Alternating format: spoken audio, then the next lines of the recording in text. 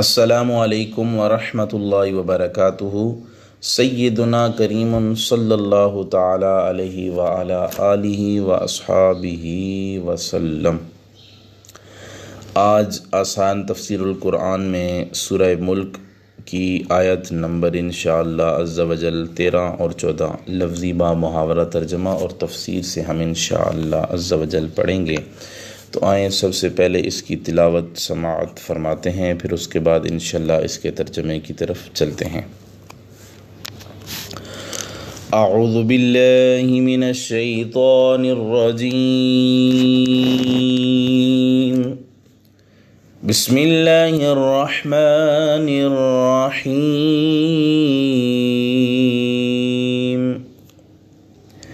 وَأَسِرُّوا قَوْلَكُمْ أَوِ اجْهَرُوا بِهِ إِنَّهُ عَلِيمٌ بِذَاتِ الصُّدُورِ۔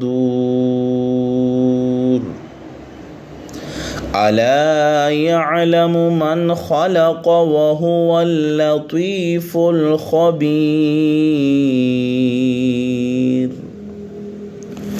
تم اپنی بات آہستہ کہو یا بلند آواز سے، اس سے کوئی فرق نہیں پڑتا، بے شک وہ خوب جاننے والا ہے جو کچھ سینوں میں ہے۔ نادانوں، کیا وہ نہیں جانتا بندوں کے احوال کو جس نے انہیں پیدا کیا؟ وہ بڑا باریک بین ہر چیز سے باخبر ہے۔ وَأَسِرُّوا، تم آہستہ کہو، قولکم اپنی بات، اوجہروا یا بلند آواز سے کہو، بھی اسے، انہو بے شک، علیم وہ خوب جاننے والا ہے، بذات الصدور جو کچھ سینوں میں ہے۔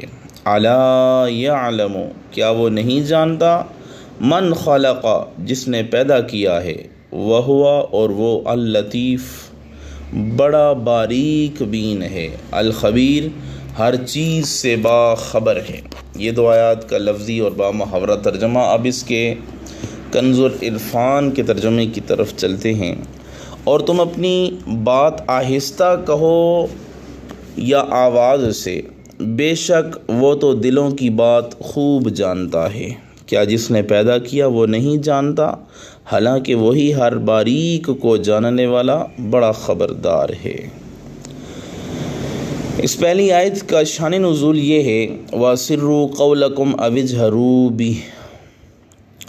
حضرت سیدنا عبداللہ بن عباس رضی اللہ تعالی عنہما فرماتے ہیں، مشرکین رسول اللہ خاتم النبیین صلی اللہ تعالی علیہ وعلی آلہ واصحابہ کے بارے میں باتیں کیا کرتے تھے، اور حضرت جبریل علیہ السلام ان کی گفتگو رسول اکرم نور مجسم شاہ بنی آدم صلی اللہ تعالی علیہ وآلہ وسلم تک پہنچا دیتے۔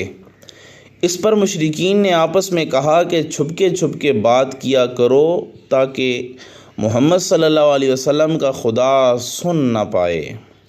اس پر یہ آیت نازل ہوئی اور انہیں بتایا گیا کہ تمہاری یہ کوشش فضول ہے، کیونکہ اللہ کی شان تو یہ ہے کہ وہ دل کی بات کو زبان پر آنے سے پہلے ہی جانتا ہے۔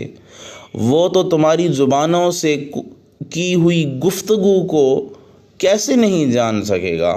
اور اللہ تعالیٰ کی شان تو بہت وراء الورا ہے، بہت بلند و بالا ہے۔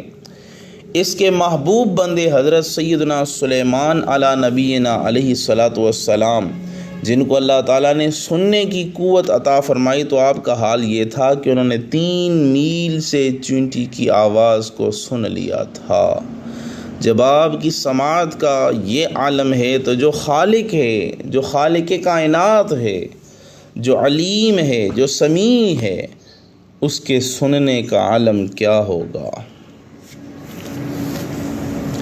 اس وجہ سے اللہ نے اس آیہ مبارکہ میں فرمایا، کوئی چھپ کر بات کرے یا بلند آواز سے، اللہ کے سامنے سب یکساں ہیں، وہ سب کو جانتا ہے، بلکہ تمہارے دل کے نہاں خانے میں جو خیالات و افکار انگڑائیاں لے رہے ہیں، ان سے بھی وہ آگاہ ہے۔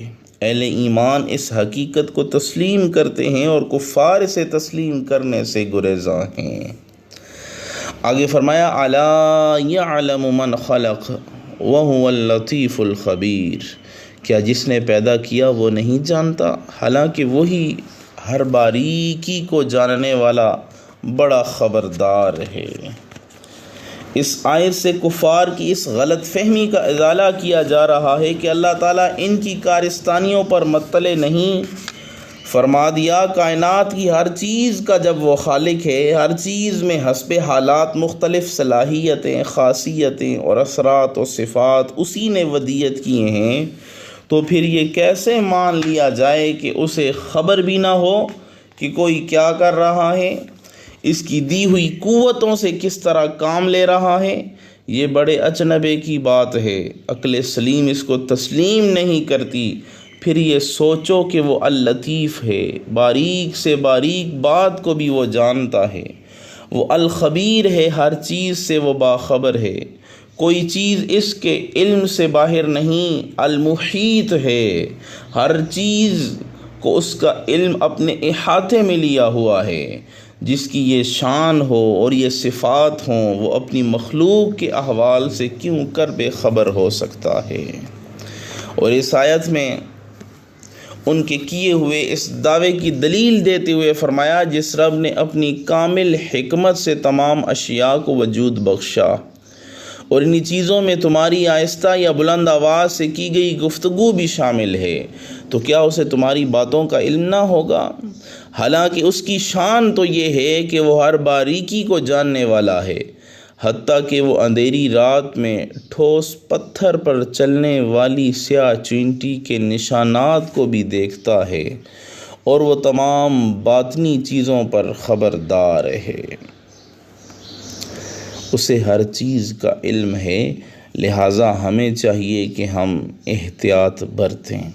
اللہ سے دعا ہے اللہ تعالی ہم سب کو ان دو آیات کی تفسیر سمجھنے کی توفیق عطا فرمائے۔ آمین برحمتک یا ارحم الراحمین۔